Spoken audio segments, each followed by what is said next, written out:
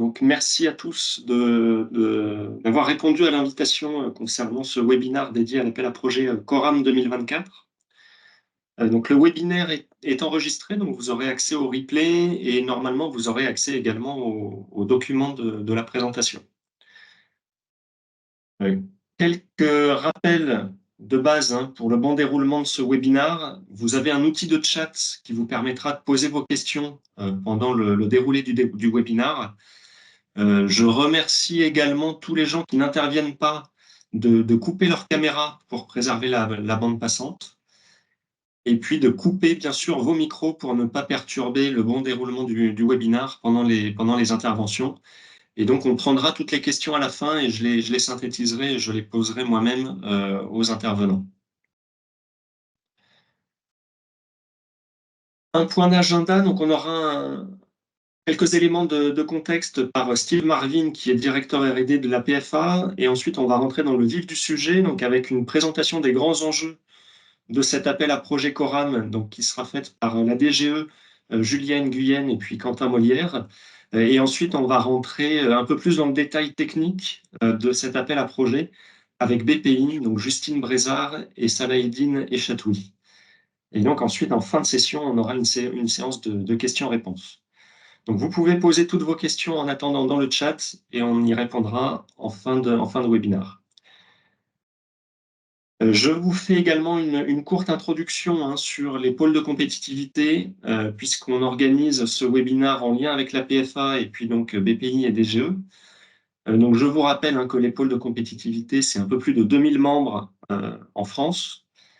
C'est la déclinaison de la PFA en région, et donc on est vraiment là pour accompagner les projets d'innovation de la filière automobile et mobilité.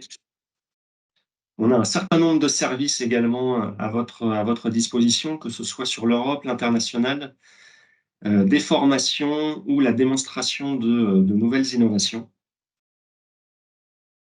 Et surtout, un accompagnement donc, sur le montage de vos projets d'innovation. Donc, on vous propose vraiment une expertise unique et un accompagnement personnalisé pour répondre aux appels à projets.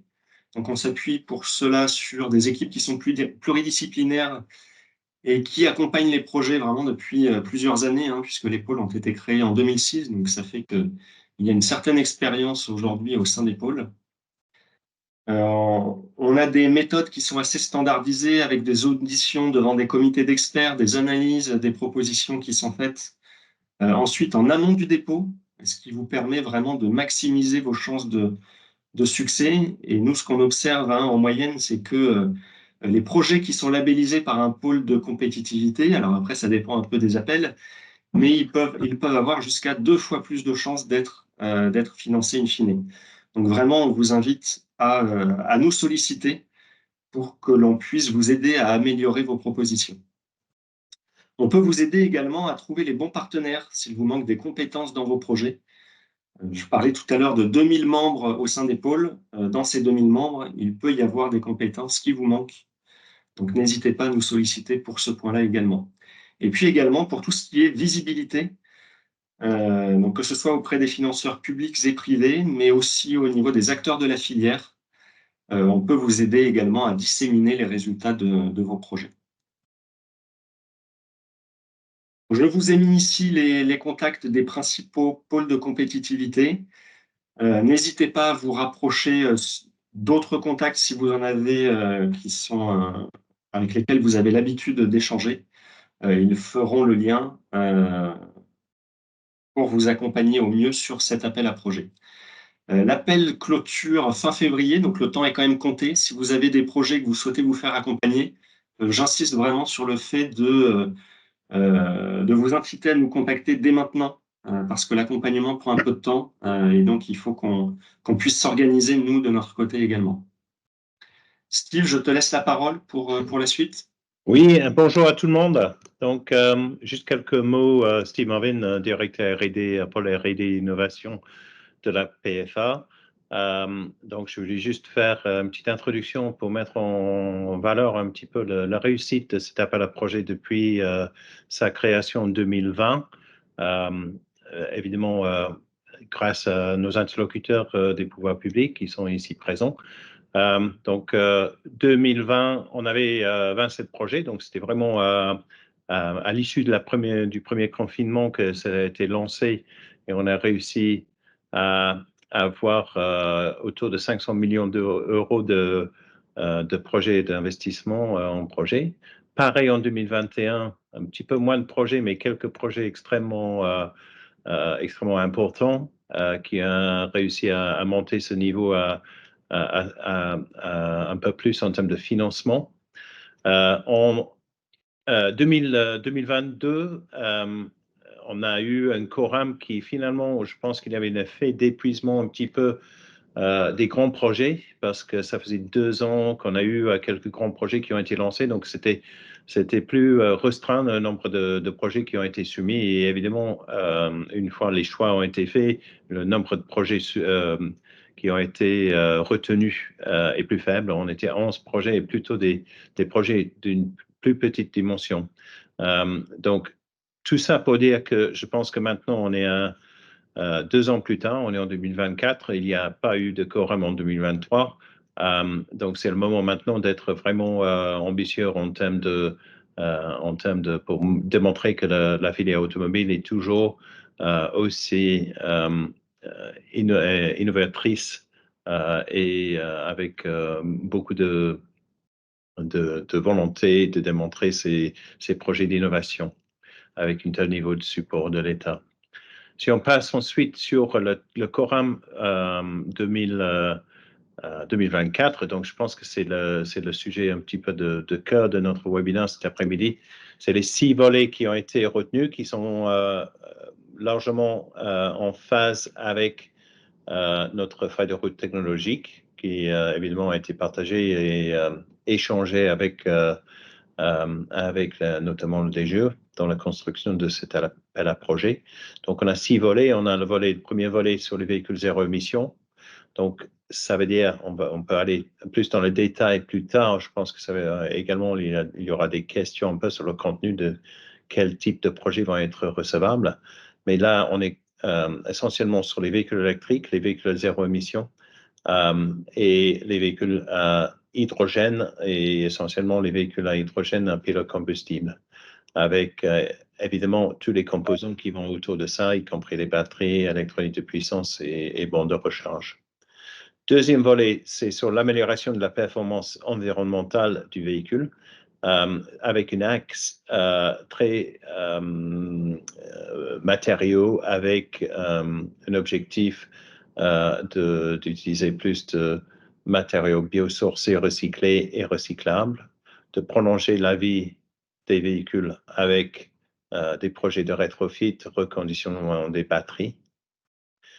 Le troisième volet, les autres axes qui permettent l'élimination des pollutions à l'usage du véhicule, c'est évidemment, c'est améliorer le rendement des véhicules, réduction des traînées mécaniques et aérodynamiques, et tout ce qui est réduction de pollution hors échappant. Évidemment, on n'est pas dans le cas des véhicules à combustion, donc c'est forcément c'est des particules de frein, c'est des particules de pneus qui sont concernées dans ces questions de pollution. Le volet 4, c'est quelque chose qui est un peu classique maintenant, c'est les véhicules connectés et autonomes. On a fait pas mal de projets soutenus par le Quorum dans le passé sur ces thèmes. Un des projets emblématiques, évidemment, étant le projet 5G Open Road, lancé en 2021. Là où on a une modification, là, je pense, c'est qu'on couvre également tout ce qui est software defined vehicle, donc les solutions à la fois sur les composants, mais également sur le développement de logiciels. Volet 5, c'est systèmes et services de mobilité routière. Et c'est des plateformes innovantes sur la mobilité partagée. Donc là, on est dans les solutions de nouvelle mobilité, Mobility as a Service, les multimodales, la mobilité douce et tout ce qui assure que pouvoir faire une connexion entre le transport individuel et le transport collectif. Et finalement, le dernier volet, c'est le nouveau volet pour cette année, c'est le projet de plateforme mutualisée. Donc ça, c'est sur la mutualisation des données, infrastructures, des bandes AC, des bandes de données. Donc, c'est vraiment axé sur les données que produisent les véhicules ou que produisent les services ou produisent la fabrication des véhicules. Donc, si on passe sur le prochain slide, on a quelque chose sur le Coram. Comme disait en introduction Geoffroy, le premier relève, c'est au mois de... Oh, j'ai une erreur dans mon slide que je vais corriger avant la diffusion, qui est le premier relève, c'est le 29 février, pas le 29 janvier, comme on voit sur le slide, ça serait un peu problématique. Et le deuxième relève est le 17 septembre. Donc, pour le premier relève, le 29 février, ça va être, c'est assez court terme. Donc, si vous avez envie de déposer des dossiers, des projets dans ce relève, pour cette relève-là, il ne faut pas se traîner. Et sur le deuxième relève, on a un petit peu plus de temps. Je crois que c'est tous les slides que j'avais compté présenter. Ah, il y a un dernier slide qui est sur le PFA, l'implication de la PFA dans le Coram. Ce qu'on peut faire, on offre en association avec les pôles, c'est qu'on peut également proposer de passer en revue les projets par le pôle, ça veut dire par moi. On peut vérifier la cohérence avec le fardeau technologique de la PFA. On peut également mettre en relation des acteurs et également, à la fin, on est impliqué dans la priorisation des projets dans les décisions interministérielles. Donc, c'est une proposition qui est complémentaire et mes conseils personnels seraient toujours de passer par les pôles de compétitivité ou les AREA avant de prendre contact avec la PFA. Et je peux vous fournir mon adresse mail séparément pour pouvoir discuter des projets que vous avez envie de déposer. Merci Steve, on pourra Je peux en prendre les questions à la fin ou Oui, à la fin, oui. Je pense que c'est mieux, oui. Super. Et donc, on ajoutera ton adresse mail au document. Exactement, oui. Très bien. Merci Steve, et on passe maintenant la parole à la DGE, Quentin Molière et Julia Nguyen. Oui, bonjour à tous. Est-ce que vous m'entendez bien? Très bien. Très bien. Parfait. Eh bien, écoutez, bonjour à tous. Enchanté, Quentin Molière. Je suis chargé de mission sous-traitant automobile au sein de la DGE, donc Direction Générale des Entreprises à Bercy.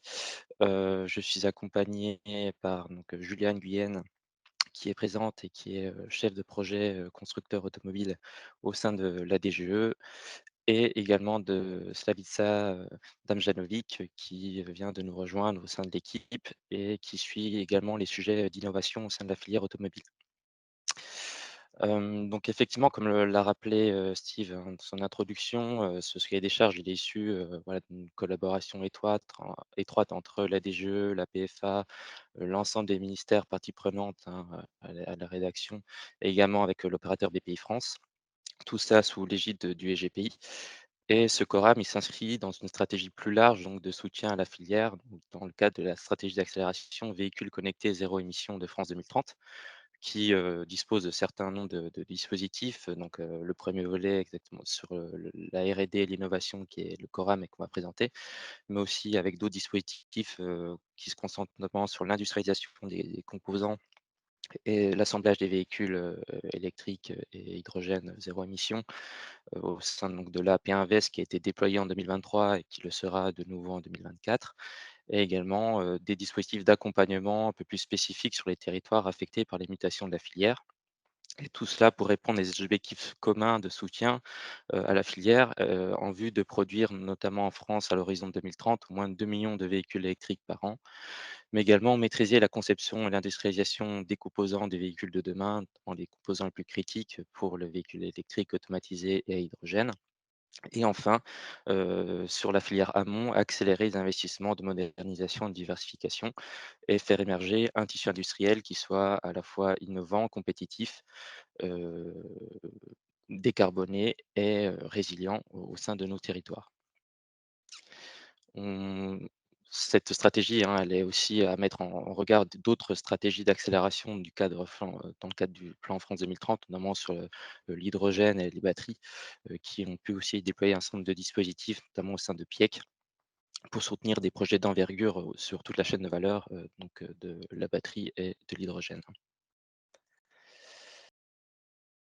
Concernant donc cet appel à projet Coram, donc pour vous en définir, hein, les grandes lignes et un peu l'esprit général, hein, donc il s'agit de soutenir les investissements de R&D pour répondre aux enjeux majeurs de la mobilité, hein, de demain, et notamment, pour, voilà, soutenir, hein, les avancées dans le domaine de la batterie et de l'hydrogène.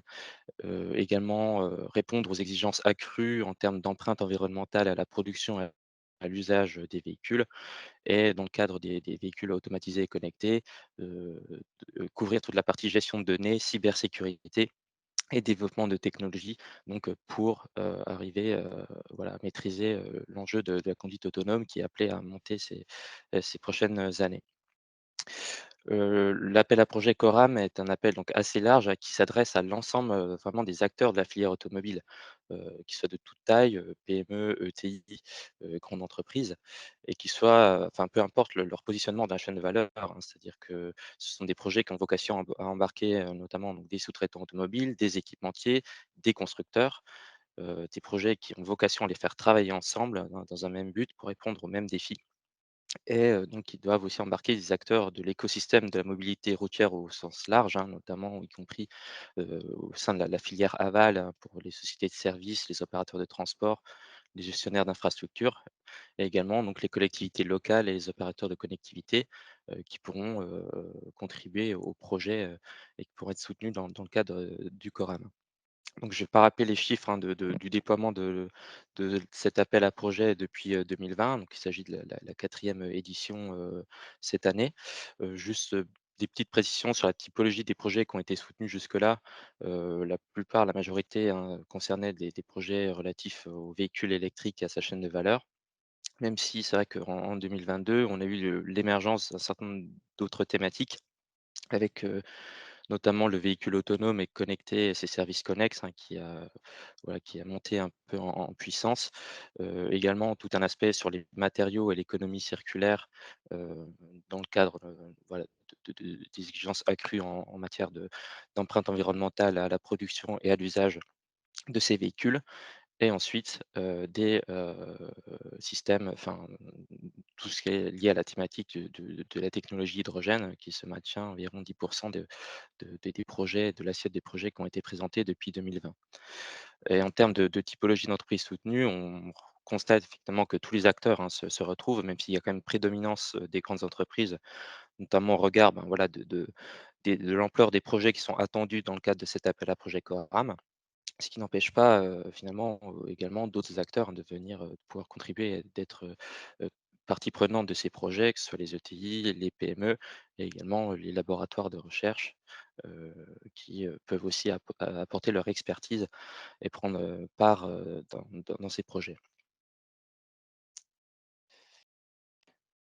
Alors si on balaie, rapidement, hein, les priorités thématiques qui, comme l'a dit Steve, hein, ont été définies, dans le cadre, voilà, en collaboration avec, tous les ministères et la PFA, et qui s'inscrivent vraiment dans la feuille de route technologique, de la filière. Voilà, si on les, passe, un à un, donc le 1er, c'est le véhicule zéro émission, c'est le projet structurant de la chaîne de valeur qui est, voilà, centré, sur, des projets qui visent à améliorer les performances, la compétitivité, la fiabilité, des véhicules, électriques et hydrogène et de leurs composants, notamment les plus critiques, afin, d'accroître en fait notre souveraineté technologique, sur ces sujets, hein, qui sont, très importants. Ce qui change par rapport à la version 2022, c'est que les projets, notamment qui concernent des véhicules, hybrides, ne seront plus éligibles à cet appel à projet, hein, puisqu'entre-temps, les règlements de CO2 sur les véhicules légers étant passés, en 2035, ces véhicules ne pourront plus, être vendus.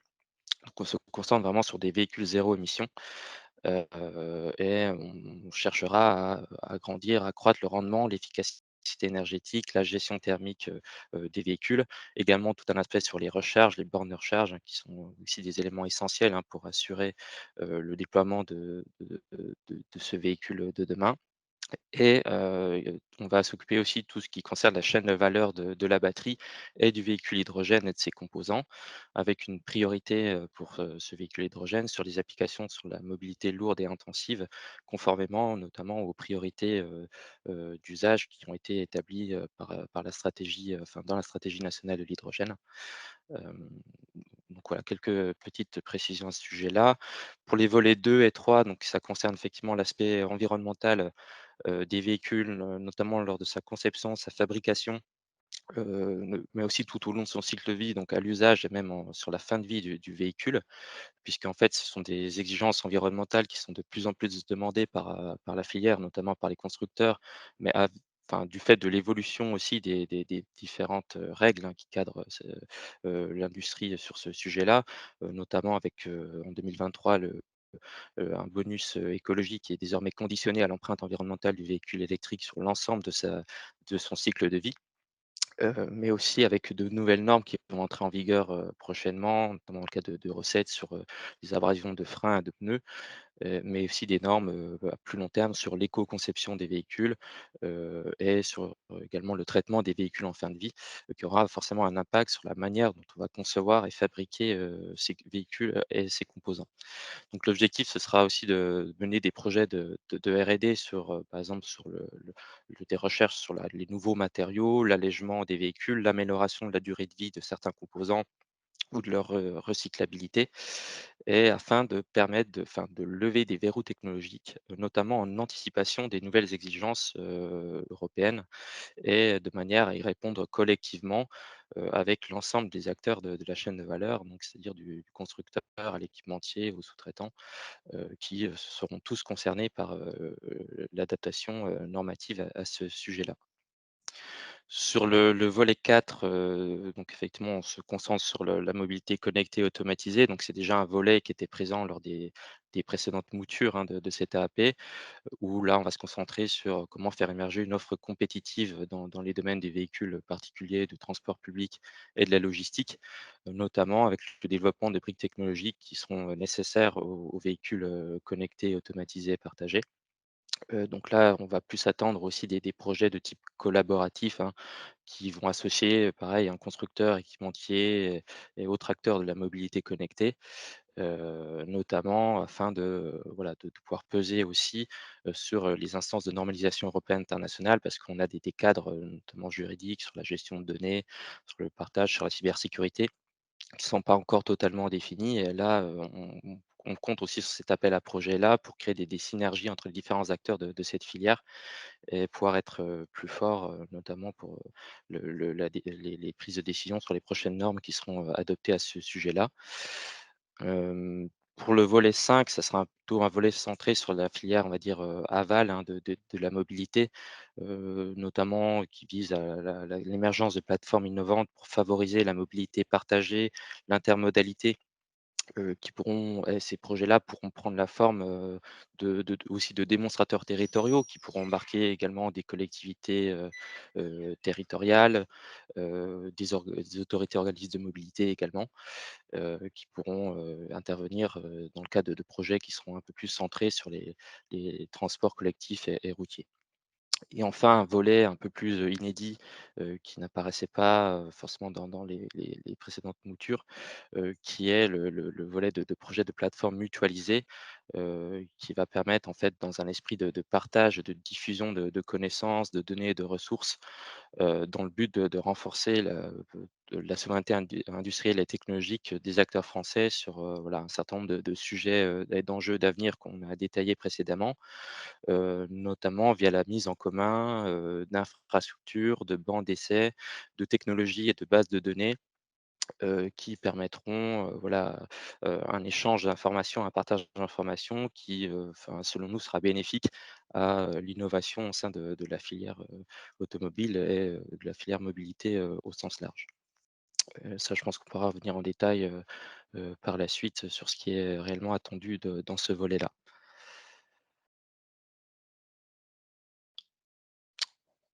Et donc voilà, pour conclure, c'est vrai que donc, l'esprit général, hein, de cette AP, donc soutenir les investissements de R&D, créer une offre souveraine sur de briques technologiques, critiques, on va dire, pour le véhicule, du futur, soit batterie électronique de puissance, y embarquée, mais aussi tout ce qui est nouveaux matériaux et relatif à l'empreinte environnementale, des véhicules, tout en n'oubliant pas également la partie un peu aval sur les services de mobilité et voilà, adresser ces innovations qui vont nous permettre aussi de repenser, la mobilité au sens large. Et le deuxième point, enfin dans cet esprit, c'est aussi de mutualiser un certain nombre de données et d'informations entre les grands acteurs de la filière automobile et les plus petits et parce que voilà, ça crée des synergies, qui, pourront, renforcer, mutuellement, l'écosystème et générer, de l'innovation. Et en quelques mots, hein, sur les attendus du projet, voilà, comme c'est un appel à projet, donc il y a forcément une mise en concurrence entre les différents projets, qui seront déposés et je pense qu'ils seront nombreux parce que, la dernière version du Coram, enfin date d'il y a 2 ans. Donc ce sont des projets, hein, qu'on attend qui doivent accélérer la mise sur le marché donc de technologies et de services et de solutions ambitieuses et qui sont, profondément innovantes et durables en matière de mobilité, qui ont des répercussions à la fois sur l'entreprise, qui va porter ces projets, mais également sur l'ensemble de l'écosystème, qui ont une dimension de réplicabilité, aussi qui peuvent être, intéressantes et qui vont pouvoir irriguer, voilà, l'ensemble de l'écosystème de la mobilité avec, donc, des projets qui seront, voilà, de la phase, de recherche appliquée jusqu'à la, démonstration, plus en aval, donc, de l'intérêt d'un système ou d'un service associé à ce système-là. Voilà, donc, c'est un peu les 2 bornes de cet appel à projet. On va pas aller on va pas financer l'industrialisation de ces composants, mais en revanche, toute la phase en amont, donc de la recherche, de la démonstration, voire de la pré-industrialisation, pourra être, éligible et pourra faire l'objet de financement, de l'État. Et donc un dernier point, je ne vais pas rentrer non plus trop dans les détails, hein, pour empiéter sur, ce que pourra vous dire, l'opérateur BPI par la suite. Mais c'est qu'on a la possibilité donc de porter, des projets, collaboratifs. C'est-à-dire que, ce sont des projets qui vont être portés par plusieurs, entités avec un chef de file et d'autres entités qui vont prendre part, à ce projet-là. Et donc une attention particulière sera, notamment accordée aux projets qui font preuve d'une collaboration effective, c'est-à-dire, qui en fait qui se passe dans le cadre de consortiums entre des entreprises pour lequel, il figure au moins une PME et dans un consortium, pour lequel en fait aucune entreprise ne va supporter plus de 70 des coûts admissibles, où chaque acteur va prendre une part, quand même, assez importante, à ce projet-là. Et ces projets pourront, également faire l'objet enfin auront des avantages notamment financiers en termes de financement puisqu'on aura des taux d'aide qui pourront être, plus élevés, lorsque cette collaboration effective, sera, effectivement, démontrée dans le portage des projets. Mais il y a aussi la possibilité de porter ces projets de façon individuelle, hein, où, là effectivement, qu'on soit, PME, ETI, donc on aura une taille de projet minimale d'1 million d'euros de dépenses éligibles et cette taille minimale, se montera à 4 millions d'euros pour les grandes entreprises. Il me semble que j'en ai terminé pour ma présentation. Merci Quentin. Et donc effectivement, on passe la parole maintenant à BPI, donc Justine Brézard et Salahedine Echatoui. C'est à vous. Bonjour à tous. Est-ce que vous m'entendez? Très bien, oui. OK, parfait. Je pense qu'on peut passer le premier slide et à l'aise celui d'après, donc qui concerne les thématiques. Et donc en ce qui concerne les thématiques, donc on a choisi comme première thématique donc le sujet principal de l'industrie automobile et qui concerne donc l'électrification et la transition énergétique qui concerne notre secteur. L'industrie automobile, donc c'est la première industrie au niveau de l'Europe en termes de dépenses de recherche et développement.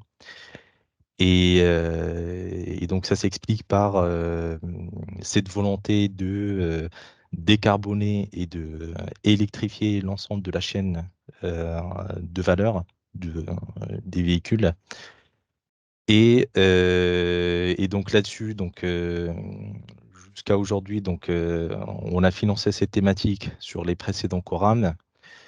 La différence, première différence qui a été marquée l'année dernière et qu'on souhaite continuer cette année, c'est la partie servicielle, parce que quand on pose en fait les différentes briques technologiques qui sont en train d'être construites, de l'intelligence artificielle, le software defined vehicle, ce qui nous attend donc au niveau du Data Act, au niveau européen, et l'ensemble des briques, que ce soit la connectivité, que ce soit des briques technologiques de véhicules autonomes, ça se voit que la dimension servicielle sur l'ensemble des étapes de vie du produit, et donc même en phase de conception, c'est quelque chose qui peut faire la différence par rapport à ce qu'on fait d'habitude.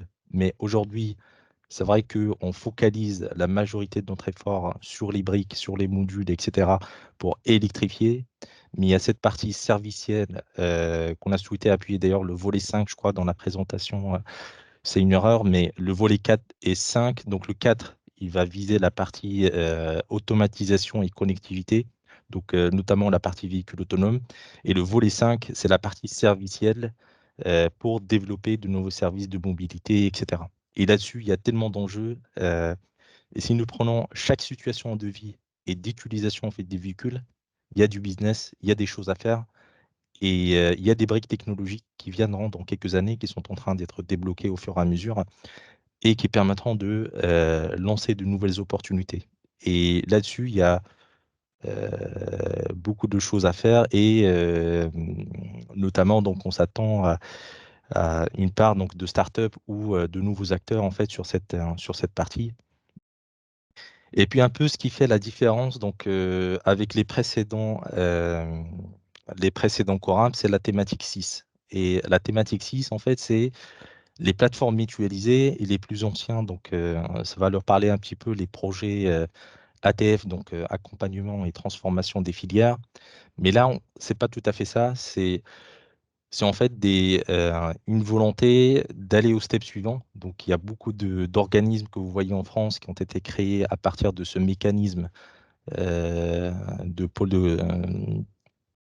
d'innovation. Et la volonté, en fait, c'est de se dire, est-ce qu'on ne peut pas aller au step suivant, qui est de dire, est-ce qu'on ne peut pas mutualiser des outils de production, des bancs de test, des espaces de partage de données. Ça peut être de la cybersécurité, ça peut être des éléments pour le véhicule autonome, ça peut être des scénarios. Il y a tout un tas de situations ou d'opportunités qu'on pourrait créer. Et l'objectif, en fait, avec ces plateformes mutualisées, c'est de nous préparer en nous dotant d'outils. Et le projet, en fait, je suis fan de ce projet, c'est le projet 5G Open Road. C'est un projet qui est certes très compliqué, mais c'est un projet qui a réussi à fédérer, en fait, les acteurs au niveau d'une thématique de connectivité.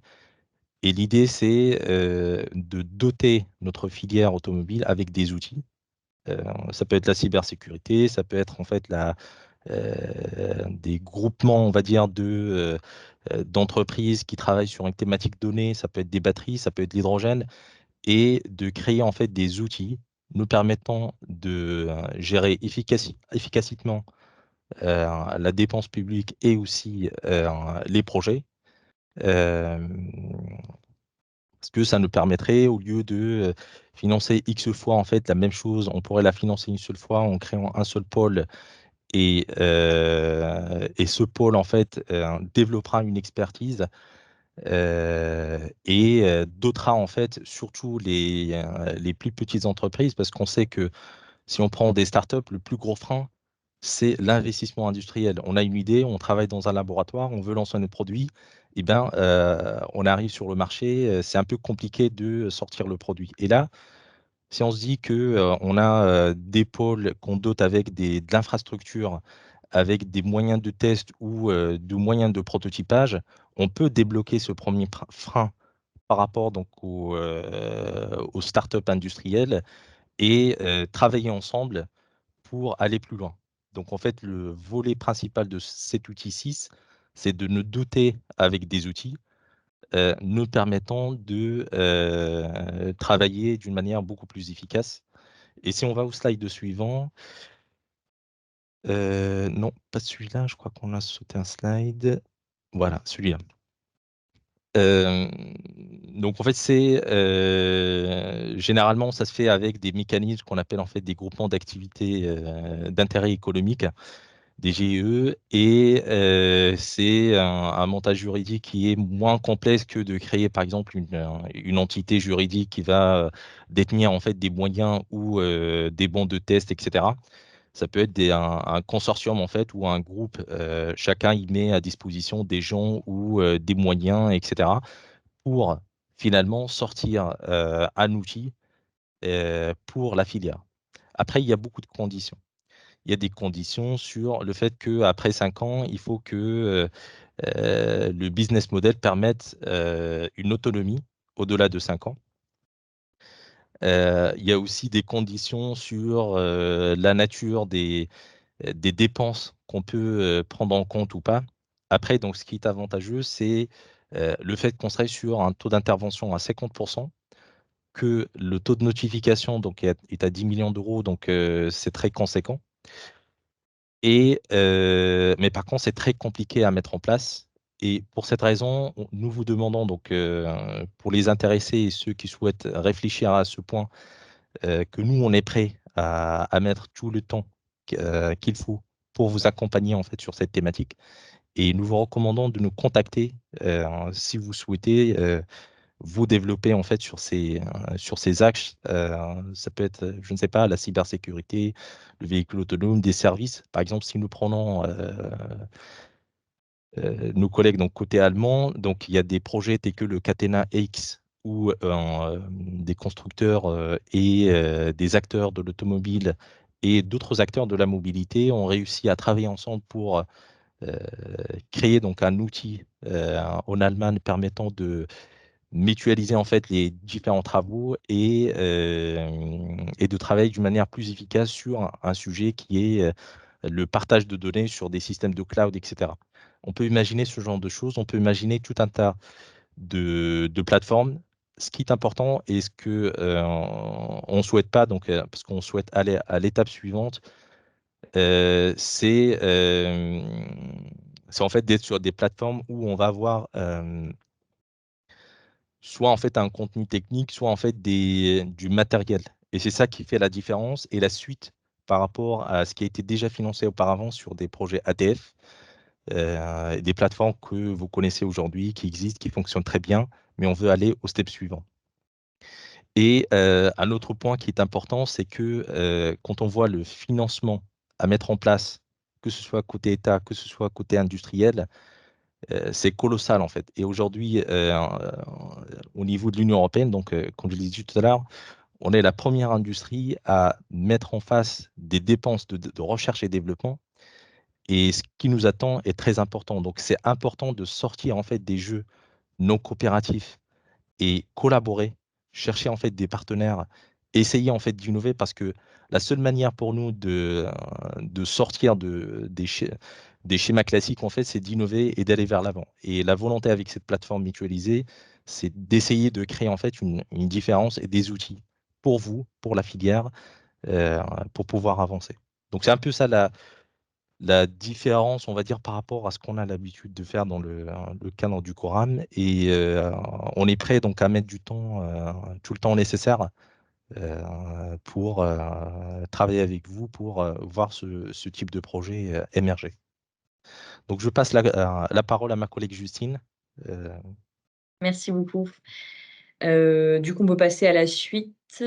C'était sur les critères de sélection, on vous a remis les principaux. De toute façon, ils sont, disponibles dans le cahier des charges. Voilà ceux à bien avoir en tête, évidemment, le caractère innovant et transformant, du projet. Donc dans quelle mesure, voilà, vous allez présenter un projet qui va au-delà, de l'état de l'art.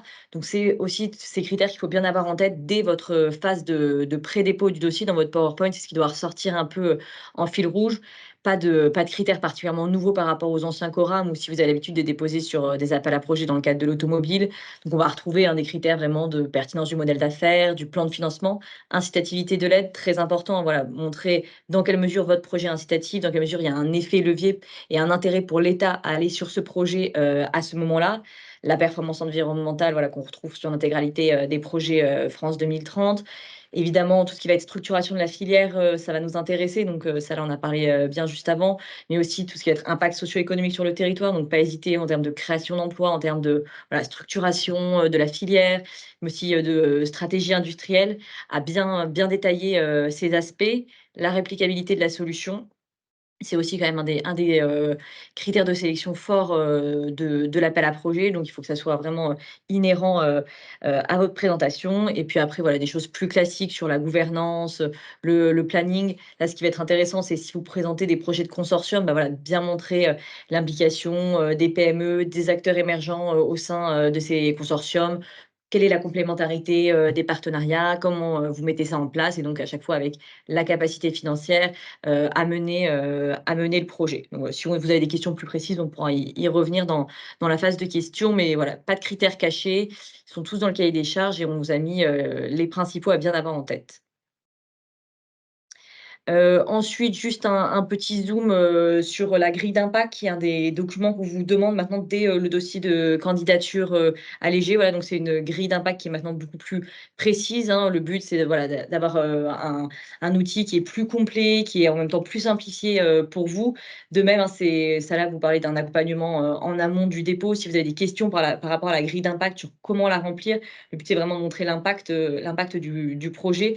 Vous pouvez aussi nous contacter en amont du dépôt. Et voilà, le but pour nous, c'est vraiment de pouvoir mesurer et suivre les impacts du plan France 2030 par le biais de cette grille et donc montrer voilà, comment votre projet il s'inscrit dans cette dynamique, comment vous allez au-delà des normes de protection environnementale, en faveur des mesures d'efficacité énergétique, s'il y a du réemploi, des déchets. Voilà. Pour ça, de toute façon, vu les volets qui sont présentés dans le Coram, vous aurez moins de mal que sur d'autres appels à projets à remplir cette grille, parce que ça fera un sens en fonction des volets que vous choisirez.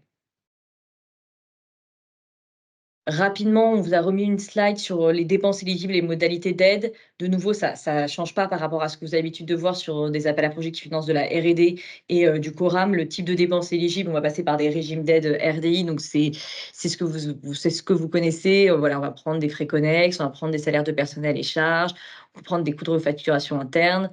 La grosse partie, ça va être tout ce qui va être contribution aux amortissements, prendre aussi de la sous-traitance à la marge.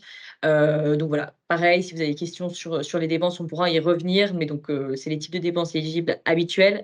Très important à avoir en tête, les dépenses sont éligibles au moment où votre dossier est verrouillé. C'est-à-dire que je vais vous détailler juste après le process de sélection, mais vous allez déposer votre dossier sur la plateforme, donc soit en février, soit en septembre, et le dossier va être regardé par les équipes, il va passer en analyse validée sur la plateforme.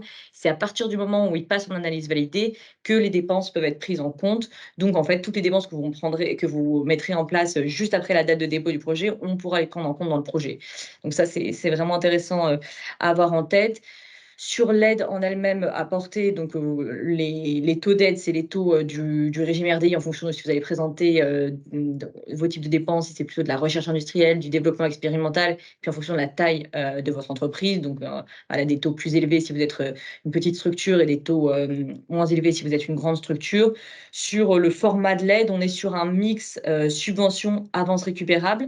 Qui va dépendre de plusieurs aspects du projet, donc sur les retombées du projet, sur voilà, l'ambition, les risques par rapport au projet. Au maximum, vous pourrez aller à 75% de subvention et 25% d'avance récupérable. Pour les PME, l'aide, elle sera intégralement constituée de subventions, donc pas de mix sub-AR. Voilà, de manière assez opérationnelle, on vous a remis exactement comment ça se passe, un calendrier et quand vous déposez un projet. Donc 2 relèves, en 2024, une le 29 février qui effectivement arrive dans peu de temps et une le 17 septembre. Vous avez 3 filtres, sur la sélection. Un premier filtre qui va se faire juste sur votre dossier papier, votre dossier allégé. Donc, c'est un filtre qui est assez, fort, parce que c'est là où vraiment, bon, tous les projets qui sont pas dans la cible, qui sont pas suffisamment matures, qui, répondent pas aux critères d'éligibilité, aux principaux critères de sélection, questions, ils vont sortir. Voilà, bien avoir en tête que votre dossier, à ce moment-là, il doit être autoporteur parce que vous n'aurez pas d'échange possible avec les personnes qui vont regarder les projets. Donc, le but, c'est d'avoir le PowerPoint qui est le plus précis possible, qui donne le maximum d'informations sur votre dossier, d'avoir voilà, une annexe financière qui est bien détaillée, une grille d'impact, on en a parlé avant, qui est bien détaillée. Le but, c'est vraiment, voilà, à la lecture du dossier, on comprend où vous voulez aller et on a envie de vous faire suivre la suite du process. Premier filtre. Deuxième filtre, c'est le filtre de l'audition. Donc, une audition où vont être présents des experts indépendants issus de la société civile, soit ça peut être des experts marchés, ça peut être des experts techniques. Voilà, le but, c'est d'avoir un jury qui est complémentaire et qui va pouvoir venir vous poser un certain nombre de questions sur différents aspects du projet. Souvent, voilà, le but pour nous, c'est de lever les dernières zones d'ombre qu'il pourrait y avoir à la lecture du dossier papier. Donc, par exemple, sur la stratégie de propriété intellectuelle, sur l'analyse de la concurrence, l'étude de marché. Voilà, on va vous poser un certain nombre de questions. Vous aurez une présentation assez rapide de 15-20 minutes de votre projet et ensuite donc des questions. Je reprends sur le jury, les trois experts indépendants, BPI France et les ministères aussi concernés qui sont présents en fonction de l'assiette de dépenses. Deuxième filtre. Ensuite, donc, si vous êtes pris à l'issue de la phase d'audition, on va vous demander de compléter votre dossier. Pour ça, vous aurez 1 mois. Donc là, vous allez nous faire un dossier beaucoup plus détaillé que le premier que vous aurez déposé sur la plateforme, notamment avec la base de données budgétaire qui nous permet d'avoir vraiment le détail de l'ensemble de vos dépenses, une annexe technique pour avoir aussi vraiment le détail des lots de votre projet, un certain nombre de pièces administratives qui vont nous permettre, nous, à l'issue de faire la contractualisation si vous passez la dernière phase de sélection. Donc voilà, là vous constituez le dossier. À partir du deuxième filtre, vous êtes en contact avec un instructeur, vous avez nos adresses, vous avez un lien qui est plus simple. Donc voilà, le but c'est évidemment de bien remplir le dossier, de le déposer sur la plateforme dans le temps imparti. Mais si vous avez des questions sur les pièces qu'il faut fournir, sur voilà un peu la granularité, le niveau de détail qu'il faut mettre aussi dans vos documents, vous pouvez nous contacter. Vous avez le nom de l'instructeur, donc voilà, vous êtes plus suivi. Vous rentrez dans la phase d'instruction où là, voilà, il va y avoir vraiment une phase d'échange avec une grosse session de questions-réponses sur votre sujet. Et le but, c'est si l'instruction se passe bien, à l'issue, de pouvoir vous faire une proposition de financement sur l'assiette de dépenses que vous avez présentée au départ. Donc, 3 filtres. Ensuite, il y a la décision de financement. Donc, en général, il faut compter entre le moment où vous déposez le projet et la décision de financement environ 6 mois. Ça peut varier en fonction du nombre de projets qu'on a sur la relève. Sur le Coram, là, on va avoir des gros projets collaboratifs avec de la R&D. Donc, c'est une instruction qui est plus longue que sur des appels à projets avec des projets, voilà, nos partenaires, avec de l'investissement. Donc, on est sur des délais qui sont plus étendus. Et donc, on contractualise au bout de 6 mois. En général, vous avez une avance sur trésorerie à la signature du contrat. Et ensuite, voilà, le contrat, on met en place différentes étapes clés où seront versés les différents montants de la subvention. Donc, tout ça, c'est défini dans le contrat. Et puis ensuite, le remboursement de l'avance récupérable qui a lieu à l'issue du projet. Donc là, vous êtes de toute façon avec les équipes de suivi et de gestion qui vont suivre votre projet au fur et à mesure des étapes. Et enfin, on vous a remis le dossier de candidature. Donc, tout ça, c'est présent sur le site internet de BPI France où vous avez l'appel à projet Coram qui est présenté, vous avez le cahier des charges et vous avez donc le canevas du dossier de candidature avec donc le PPT, tous les items qu'il faut présenter au sein du PPT, la fiche de demande d'aide qui est très importante évidemment pour voilà, formaliser votre demande d'aide auprès de l'État, des prévis éco, la grille d'impact dont on a déjà parlé, et puis évidemment des liasses fiscales pour voir un peu votre capacité financière à ce stade du projet. Tout est présent sur le site. Il y a aussi une adresse, je pense qu'elle est sur la slide d'après, voilà, où vous pouvez nous contacter si besoin, si vous avez des questions en amont du dépôt du projet, sur l'appel à projet Coram, sur voilà, les volets, la cible, des questions techniques, financières, administratives. Donc, n'hésitez pas d'ici fin février. Merci Justine. Alors, on a quelques questions qui sont arrivées pendant les interventions. Je vais commencer à les synthétiser. Oui, au niveau de la date de prise en compte des dépenses pour un projet qui serait déposé entre la date de la première relève et de la deuxième. Est-ce que c'est la date C'est la date de la deuxième, clôture parce du qu'en fait, deux. il va être pris sur la deuxième relève, parce qu'on ne fait pas de relevé au fil de l'eau. On va relever tous les projets le 29 février, et ensuite, on relèvera tous les projets le 17 septembre. Et donc, du coup, la date de prise en compte, s'il est entre le 29 et le 17 septembre, ce sera le 17 ou le 18 septembre, le temps que son projet soit verrouillé. Très bien, merci. Une question sur le portage. Est-ce qu'une association peut porter un projet Coram?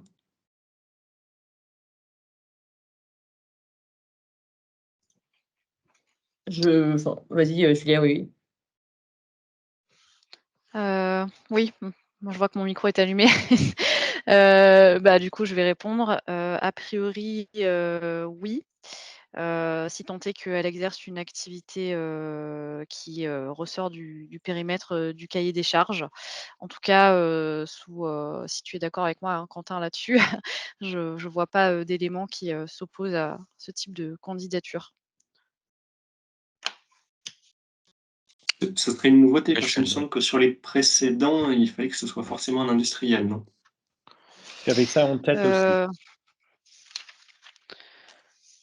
Ouais, Là, on n'a pas vraiment d'éléments qui s'opposent formellement. En tout cas, ce qui est sûr, c'est qu'elle peut faire partie d'un consortium, pour moi. Elle pourra être partenaire au sein d'un consortium. Après, je suis d'accord, je suis en train de vérifier ça là, je ne sais pas ton avis, mais pour moi, par exemple, elle ne peut pas être chef de file. Ça m'étonnerait qu'elle puisse être chef de file d'un consortium.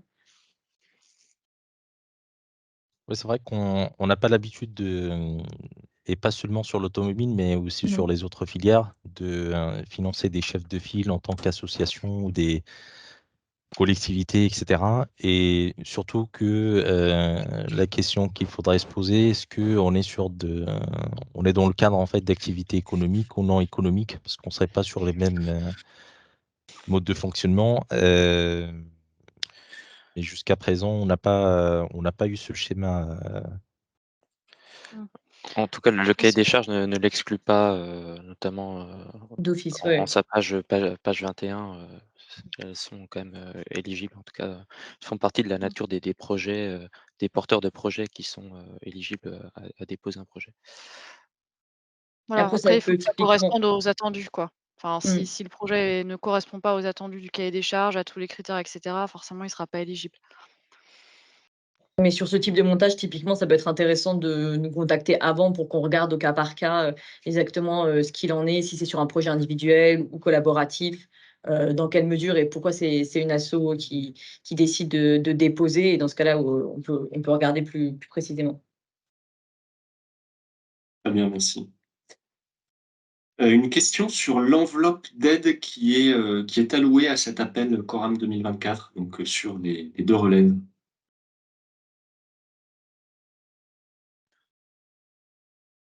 Alors je ne sais pas si c'est un montant qu'on peut communiquer. Je ne sais pas si c'était le cas d'ailleurs, lors des les relèves, précédentes. Bon,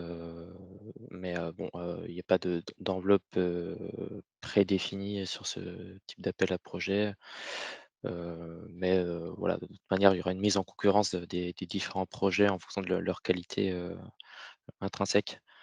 Heu et donc on se base vraiment sur la qualité des projets, plutôt qu'un objectif ou une enveloppe à consommer ou à atteindre.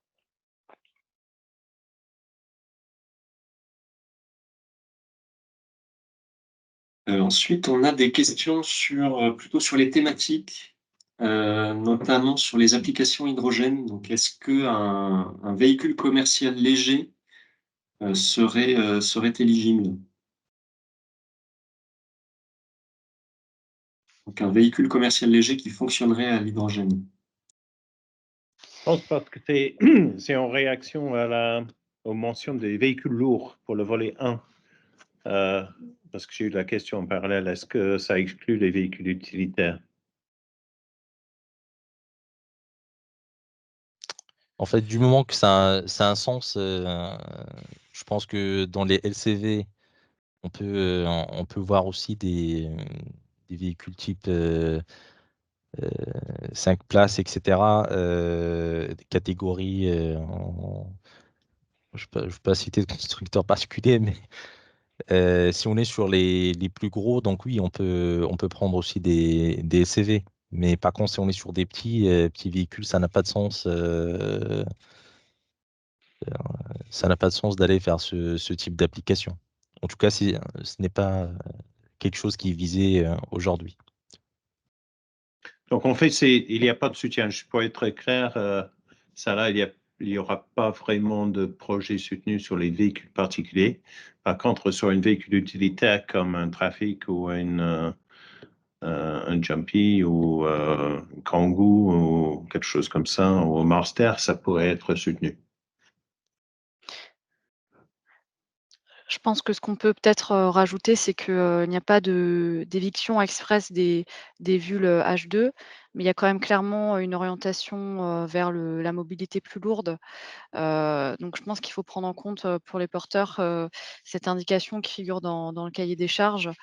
Voilà, des projets VUL ne sont pas exclus par principe, par le texte de l'AAP.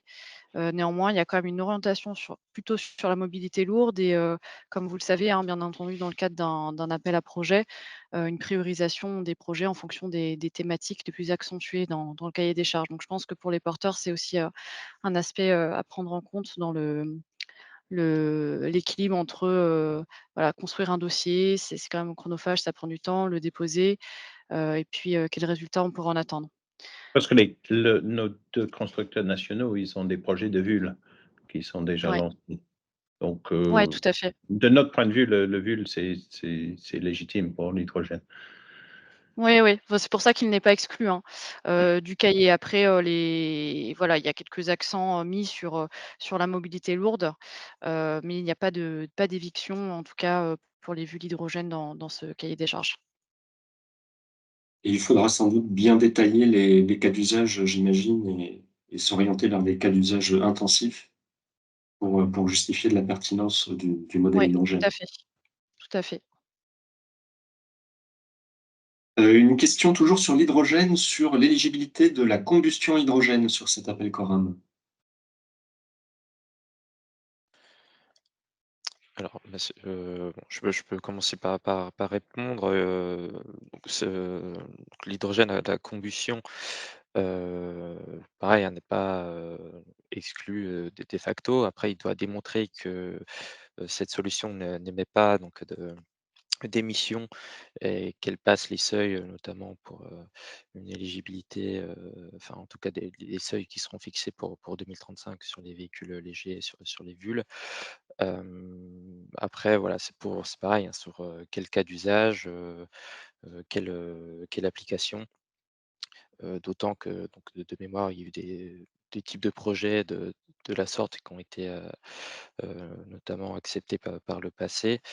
Où justement l'idée c'est de voir, de faire un projet de recherche pour voir effectivement, dans quelle mesure cette solution pourrait éventuellement, heu, être acceptée, dans les seuils qui seront fixés en 2035, et que les résultats, enfin, ne sont pas encore, totalement définitifs, hein, notamment concernant certaines émissions de polluants type NOx et cetera. Voilà, donc même un peu même réponse, hein, pour la dernière question, c'est que c'est pas exclu, mais dans une phase de mise en concurrence des projets, entre eux, il va falloir, voilà, démontrer, que cette solution, est pertinente et nous apporter, voilà, toutes les preuves nécessaires. Très bien, merci. Pour les gens qui sont déjà lauréats d'un appel à projet Coram, par exemple en 2022, est-ce qu'il est possible de redéposer une nouvelle demande?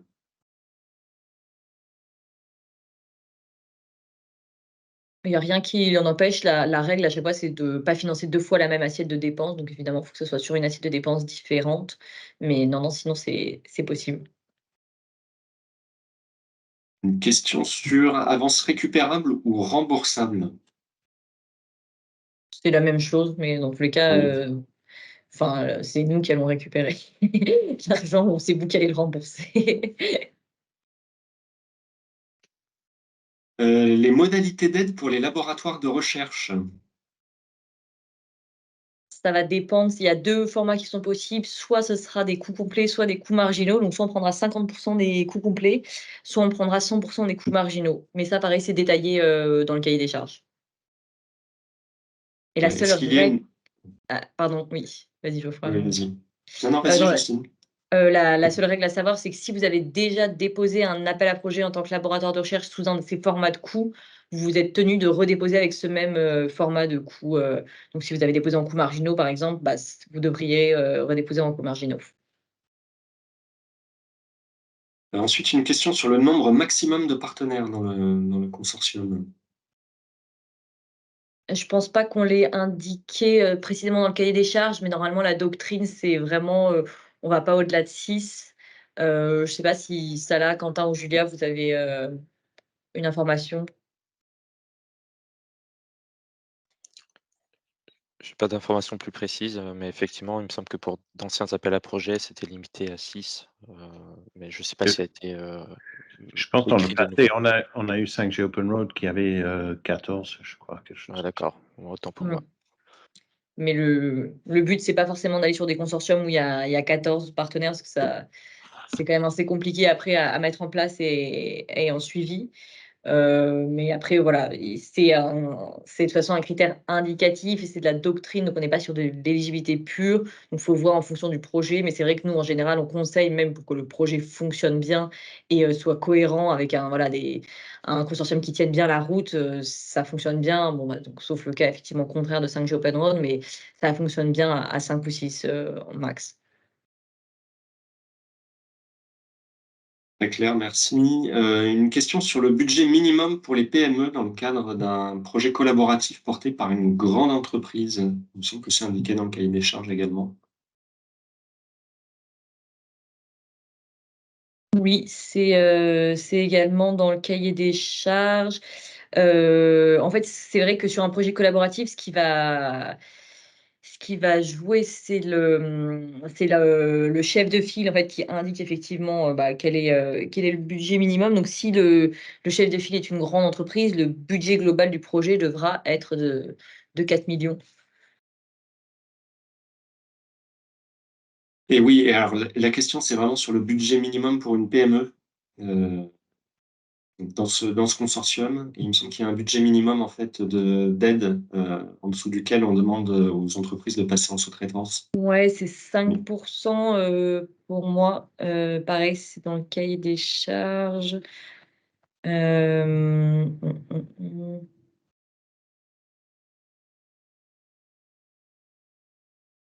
Ouais, c'est ça, 5%. Si on passe en dessous de 5%, on passe en sous-traitance. Merci Justine.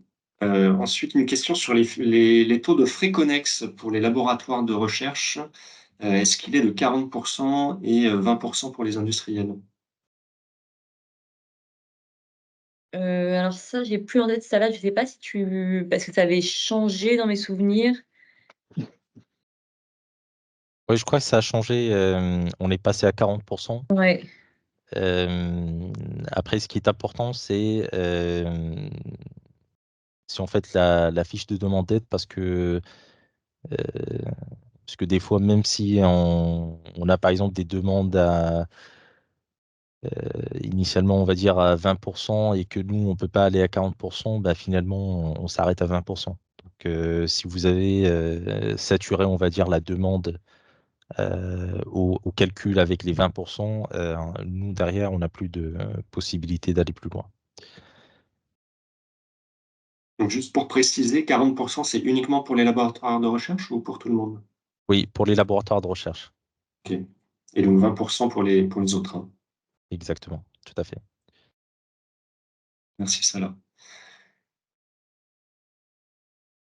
Ensuite, une question sur le volet 6, donc projet de plateforme mutualisée. Est-ce qu'il s'applique aux initiatives du genre Digital Product Passport pour un partage des données liées aux données du produit permettant ou facilitant le remanufacturing? Oui, en fait, les projets de plateforme, il ne faut pas les voir comme des produits, mais plus comme un outil où on va avoir plusieurs acteurs qui vont se mettre autour de la table pour partager des données ou ou une infrastructure. Et après, derrière, ce qui sera peut-être imaginable et possible, c'est dans le cadre d'un projet, mais qui ne sera pas lié, on va dire, à cette plateforme, la possibilité de recourir au service de cette plateforme. C'est une plateforme qui ne livre pas forcément en fait un produit ou qui peut le faire, mais sous format d'abonnement avec une possibilité d'accès. Parce qu'en fait, ce qui est important à retenir sur la partie 6, c'est que en fait, c'est des outils qui sont accessibles à l'ensemble des acteurs de la filière. Et donc, ils ne seront pas seulement profitables pour un seul acteur. Ça, c'est important de le préciser. Merci. Et donc, on rappelle, hein, pour ce volet 6, n'hésitez pas à vous rapprocher de BPI en amont du dépôt. Ensuite, une question sur la sous-traitance hors Europe. Est-ce qu'elle est acceptée?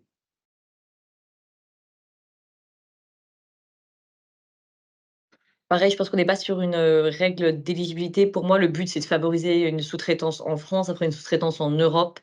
Et bon, après, à justifier une sous-traitance hors Europe, si par exemple, c'est sur des composants qu'on ne peut pas trouver en France ou en Europe. Merci. Toujours une question sur la sous-traitance entre une filiale et sa maison mère. Est-ce que c'est éligible et dans quelles conditions? En fait, une sous-traitance intragroupe peut être possible s'il n'est pas margé et s'il est fait dans les conditions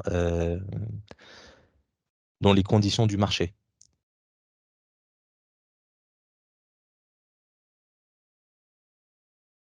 Merci. Donc pour un dossier déposé le 29 février, quelle serait la durée moyenne de l'instruction? Je crois que c'était dans la présentation, hein, 6 mois. Oui, de l'intégralité du process, 6 mois. Merci Justine. Donc une question ensuite sur l'aide à l'intention des PME, qui sera intégralement constituée de subventions. Donc c'est une nouveauté. Et à quel taux de l'assiette de dépenses totale? Alors effectivement, hein, cette, aide 100 subvention, c'est une nouveauté, hein, par rapport aux versions précédentes, toujours dans le but d'essayer d'encourager, les PME à porter un projet ou être, membre d'un consortium. Et sur le taux d'aide, hein, qui sera délivré, ce sera en fonction de la nature des dépenses, en fait, hein, qui seront caractérisées, si c'est de la recherche industrielle, développement expérimental et cetera. Donc ça, je vous invite à vous référer au tableau, qui distingue les différents régimes d'aide qui seront applicables, pour chaque, type de dépense. Mais effectivement, donc le taux d'aide, on pourra, enfin en tout cas l'aide sera intégralement constituée, de subventions pour, les PME.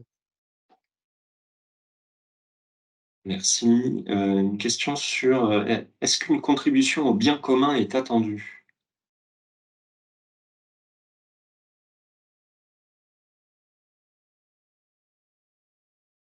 Non, pas à ma connaissance, non. Merci. Une question sur l'éligibilité des 2 roues. Alors ils sont éligibles au titre du volet 1 en tout cas. Enfin, ils apparaissent, hein, dans l'équipe, de véhicules éligibles, notamment avec les quadricycles également. Donc tout ce qui est trait à la mobilité légère est bien éligible. Donc jusqu'au vélo. Vélo, engin de mobilité électrifié. Oui. Merci. Et une question enfin, sur l'historique, là, sur le Coram 2022, est-ce qu'on a un budget moyen à communiquer en dehors des gros projets de plus de 15 millions d'euros?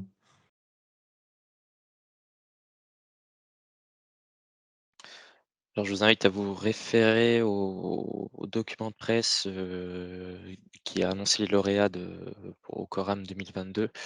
Donc il est sorti en octobre 2023 et qui vous donne un certain nombre de statistiques sur le nombre de projets déposés et ceux qui ont été retenus, également l'assiette de dépenses qui avait été présentée. Après, en grosse maille, je ne sais pas exactement quels sont quelle est l'assiette moyenne, le budget moyen. Mais en tout cas, ça allait bien au-delà de la taille minimale qui est attendue, hein, donc je pense que c'est vraiment des projets d'ampleur, pour le coup. Mais je vais pas vous dire de chiffres, comme ça de tête pour pas vous induire en erreur, mais en tout cas, c'est quand même des projets d'ampleur. Merci. Bon, et de toute façon, le cahier des charges est également assez clair, hein, sur les budgets possibles sur l'appel.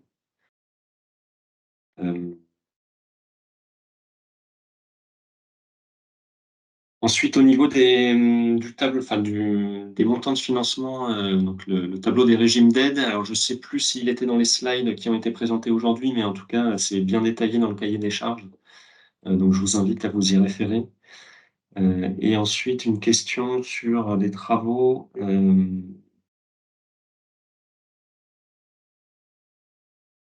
qui seraient réalisés alors, je pense qu'on a déjà répondu, hein, sur le sujet des travaux réalisés en Europe, qui peuvent rentrer dans le cadre du Quorum 2024. Il faudra pouvoir justifier que ces travaux ne pouvaient pas se faire en France, hein, si j'ai bien compris.